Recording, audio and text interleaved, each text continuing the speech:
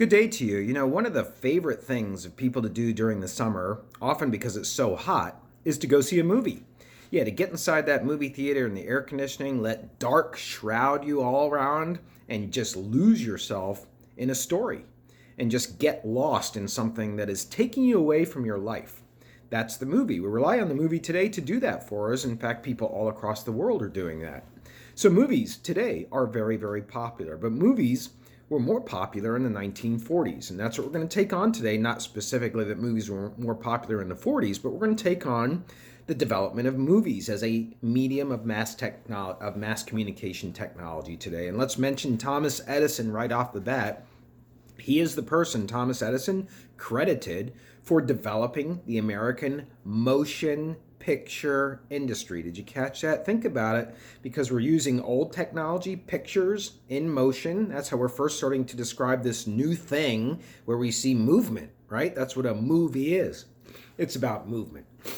So let's name some of the inventors who are credited with helping to propel movies to the technological status that they are today. And the first one, the next one that we want to mention is Etienne Jules Marais, Marey. He was a Frenchman, and he developed a system for taking photos of people and then juxtaposing those photos, kind of like you flip through a deck of cards. And if you have those photos one after the other, flip that quickly, it creates the image of people in motion. So he created that technique, really proving that you could create the illusion of something being in motion when it's not really in motion. And then after that, another person comes along. His name is Edward. He has a very strange spelling of his name. You can get that Edward spelling from the book Muybridge, Muybridge. And he invented a gizmo, if you want to call it that, called the zoetrope. Zoetrope, zoetrope. And you can see a picture of this in the book, but it's a series of images that are on a cylinder with a small projector in the middle. And when that cylinder spins around, it creates the feeling of people in motion, kind of like a merry-go-round, or when you ride the horses at a circus on the, what's that I'm trying to talk about? That's the kind of movement that you get from the zoetrope. So based on those inventions, Edison's company, it's not just Thomas Edison working by himself, but his company, then he built on those inventions and he developed what is known as the kinetoscope. The kinetoscope, it's kind of like a private film viewer. You put your eyes down like goggles on swimming goggles, and you look down into a box. You're looking down and you're watching images in motion. And this gave rise to a form of pay movies called Nickelodeons. Yeah, the Nickelodeon TV channel today, that comes from these devices, these kinetoscopes that were called Nickelodeons because you put a nickel in, and that's how long it takes you to watch a film. So that's how people were starting to experience film very early on, as individual content intake, if you think of it that way. One person looking at a tiny thing, bringing it in. Okay, that all starts to change with the Lumiere brothers. The Lumiere brothers were French brothers, and what they did was they created this cinematograph. The cinematograph was, in effect, a projector that could project an image onto a screen. And so that invention then changed the face of movies because it made it possible to show a movie to a bunch of people at one time. So after that, the technology really takes off. And along now, you start to have directors come along as they start to develop this new medium and how to tell a story using film. And the first one we want to highlight is Edwin Porter. Edwin Porter was the first person to tell a story with a film. Previous films showed a horse galloping or showed a man flexing his muscles, but now we have a story told in the form of a movie called The Great Train Robbery. Great Train Robbery. There's no dialogue in it. That had not been developed yet in film. What it is a black and white film, and it chronicles a train being robbed by bandits. And there's a big fight on top of the train. Google it if you want. If you find yourself in a hot summer day, you can watch that film. It's right there on YouTube somewhere. Next up is a director by the name of D.W. Griffith. D.W., those are his first two initials, Griffith. And he is the one credited for inventing the first blockbuster. The first blockbuster, which we use that term now to describe a film that is epic and it captures the nation's imagination. So it's epic. It's going to be recognized in future decades as being a really incredible film, and it also captures the whole nation. That's a blockbuster. D.W. Griffith, his film was called Birth of a Nation. Birth of a Nation, 1915 is when that film came out. Very controversial film. It shows the rise of the KKK, the Ku Klux Klan, following the Civil War. And it's a film that has been accused of being racist by today's standards. It portrays African Americans as beasts, has them in animalistic kinds of scenes in the film, and it shows them as attacking the North. So other people say, oh no, this film is a representation of the time period which was itself racist. That's for you to decide if you want to watch that film. This film, though, was the very first blockbuster film. Now, D.W. Griffith also had another impact on the movie industry in that prior to D.W. Griffith, if you were a movie actor, notice I'm not using the word star, you were pretty much owned by the studio. The studio would tell you what films you're going to act in. It would even schedule your daily routine. And you didn't get much credit, and certainly not much pay. D.W. Griffith changed that. He elevated the movie star into prominence in the film, giving them headline titles and also promoting them outside of the film in other media and making them out to be people that the public would want to idolize, would want to follow around. That's what D.W. Griffith did. So what happened was that kind of crashed what was known as the studio system. The studio system, and here's what that means. Originally, films were produced, believe it or not, in New Jersey, just outside of New York. That's where Edison's film company was located. And Thomas Edison, he was the one who controlled the technology that was used on the film set. And so a lot of the directors and actors and producers, they felt stifled. They felt stifled by having to work within this system and where the talent, the actors, were owned by the movie studio. And furthermore, there was a lot of monopolistic behavior going on in this system as well, this studio system, because the studios would force movie theaters to take all of the movies that the studio produced if the movie theater just wanted one movie. And so you could have 7 duds, bad movies, and 2 good movies, but you have to take the whole package of 9 movies if you're a movie theater under the old studio system. So that all breaks apart. What happened was the people who were involved in Hollywood, among them Charlie Chaplin being one of them, a famous comic actor, they decided that they were going to move out to Hollywood. And so they moved the entire industry out to California. It turned out to be the end of the studio system, so to speak. In fact, there were some lawsuits that came along, and the Department of Justice in 1938 said that, no, you cannot, studio system, force movie theaters to accept your bookings. You cannot force movie theaters to accept films that they have not seen yet. All of that has to change. The reason that Hollywood was selected was because it's the perfect place to shoot films, because you have the mountains with snow on them for certain films. You've got desert, you've got ocean, you've got lots of space out there, lots of actors, you've got great weather to shoot in year-round, and that's why Hollywood became really the seat of the American film industry. All right, let's move now to talking about some of the dark side of film, which basically involves the Blacklist, if you read about that, the Blacklist.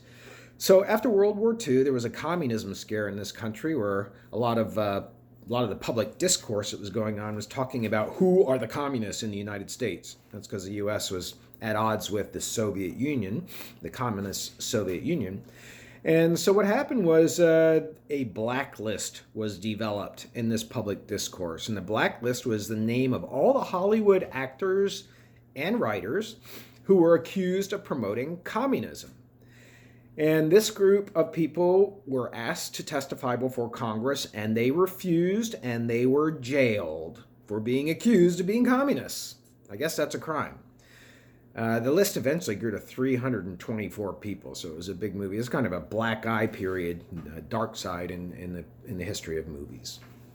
Now let's highlight the relationship between television and movies. Television is a medium that we haven't yet profiled on its own as a chapter in this class. We mentioned it last time when we talked about radio. TV, right, is a naturally competitive medium with movies. Of course, TV is not going to be able to show what a movie can show. It's much tinier, and the resolution is not as great. The sound is not usually as good. But people today, they have home theater systems, so that the differences between TV and film are not as great as they used to be. But still, we have both media, there is no mediums as a plural, both media are conveying pictures and motion. So in the 1950s, that's when TV started to become popular. It was actually invented in the 40s. It started to become popular. And what we have, in a way, is a reverse of industrialization because of television. And here's what I mean by that. Under industrialization, you have people moving to the cities, right, to seek work in those factories and living together in close quarters. Well, with TV, you have people moving to the suburbs. The TV allows people to move out away from the city, to live within driving distance of the city, and to have this box in their home that allows them to escape life. It allows them to have access to the world and gives them a feeling, in a way, of watching a movie. So because of TV, the movie audience actually peaked in the 1940s, and then a lot of the audience just left and started watching visual stuff on television. So 1946 is the height of the movie industry in this color. Also, we can say that television helped film and film helped television to develop 3D as a technology and to develop color, more so color. Color was first used in the film Gone with the Wind and then later in Wizard of the Oz. And it's one of the major developments in film, as you might imagine. Next up is the idea of the growth of multiplex theaters. This is where you can go into a complex and it's got a full array of things to eat. And then you have many different theaters, and some of those theaters are showing the same film. Sometimes the film's in 3D, sometimes it's not. So we have the growth of multiplex theaters, and these theaters today, they feature high fidelity sound systems, premium refreshments. I went to one in Mexico. It blew me away with my students. Lounge chairs, they come serve you dinner in the middle of the movie. Yeah, the movie has become like a night out, but you're taking your home with you when you go to see a movie. So why do people go to movies? Well, we identified some of the reasons early on. People are escaping life, trying to do that. Passing time is another one. Avoiding feeling lonely. You can go to a movie by yourself and feel like you're around others and you're connecting with others. Stimulate a romance. It's one of the first places that we'll take a date. It allows us to look at a screen and not have the awkwardness of looking at each other. We can get close to the other person in the dark and see if that's okay. Also, people go to movies to get in the air conditioning. And then some people, though I don't know how many this applies to, go to movies to get away from their cell phone. I don't think too many people try to get away from their cell phones anymore. All right, let's talk about the movie business and the Blockbuster era. We already said that D.W. Griffith had invented, or he was the one who was credited with having come up with a film that was the first blockbuster. But the Blockbuster era actually was ushered in the 1970s. And that's when we have blockbuster after blockbuster after blockbuster. And we look for blockbusters during the summer. So the Avengers films, that would be the Avengers films. That would be considered a blockbuster. So the first film that started the blockbuster era was that film Jaws from 1975, the film I mentioned in an earlier class, of the great white shark attacking people. And this film was based on a book, so that made the film different. And also, there was a lot of promotion that went on television for the film, and posters were released all over. So this is how blockbusters are integrated with other ways of telling the audience that a film exists out there. Other blockbusters that came along after that include all of the Star Wars films, the Indiana Jones films, Spider-Man was a blockbuster, Pirates of the Caribbean, Dark Knight, Twilight, the Final Destination films. A lot of times when you have series, that's an indication the film is a blockbuster. All right, I'd like to talk about home video just a little bit here. The technology has changed so much, and really people today, in terms of what they have in their home, most of it is streamed, or it's coming from a hard disk, or they're just getting it from a cloud and some kind of service that they're paying for. People today don't really have too many DVDs or certainly not VHS tapes around, but you can read about those in the chapter. That was the original home theater. VCRs, video cassette recorders, became popular in the 1980s, and they totally changed film viewing because now you could watch a film on your own in your home. Now you could stop and start a film. Now you could watch a film more than once. Now you could share a film with somebody else. It completely changed the way that film watching goes on. And we can even say that the VCR, the video cassette recorder, is kind of the forerunner to binge watching on Netflix, because it puts so much control in the hands of the audience that the audience now just fully expects to be watching an entire season of a Netflix series in 1 or 2 nights. Yeah. Let's move next to digital production and projection. The average person can use a digital computer, or use a digital camera and a computer with video editing software today, and that's just a microcosm of the film world as well. The computer technology and how it can be used in films is amazing today. You can see backdrops of scenes in nature, and you don't even know that they're computer animated. We have entire films that are animated, like the Avatar series. So movies today are drawing on the digital technology to be edited. Now let's talk about what makes a movie profitable. Only 20 to 30% of movies actually make money, which is a pretty low percentage. And that means that the competition is fierce, but if your film is a blockbuster, it's going to make a lot of money.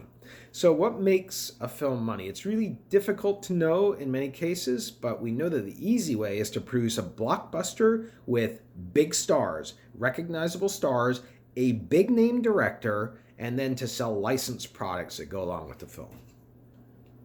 All right, let's move on now to a larger consideration of how movies are affecting society. We're going to talk about movies and society here. How much effect do movies have on society? One of the earliest studies was done on a film with the actor Clark Gable in the film. The film is called It Happened One Night. And in that film, Clark Gable took off his button-down shirt, and underneath it, he did not have on a white undershirt, which is what almost every American male wore in the 1950s, I think is when he was in films.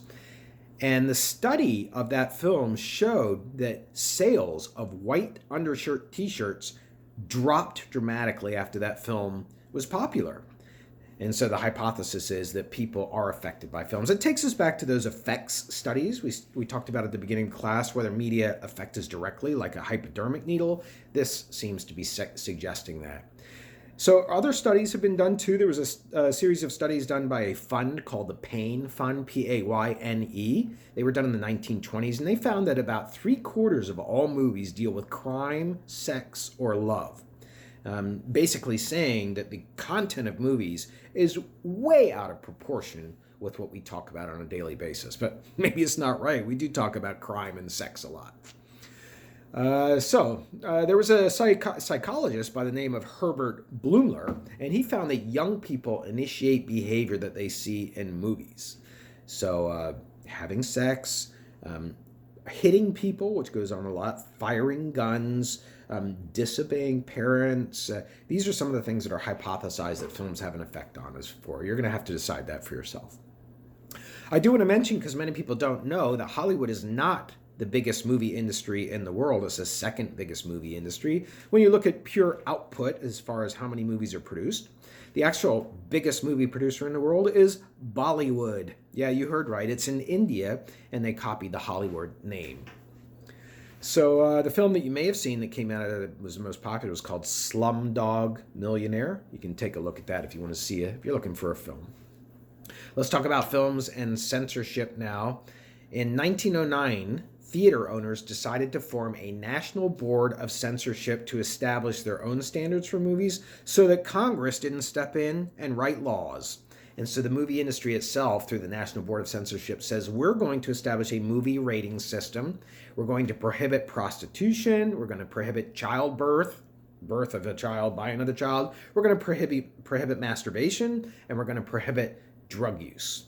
And in this time period, a film was released called Reefer Madness. In 1933, this is a good example of how film was used as propaganda, because it's telling a story about marijuana that says that people who are smoking pot are going to be crazy. And in the film, it shows people jumping out of windows and acting hysterical. Go ahead, Google that one too. Reefer Madness.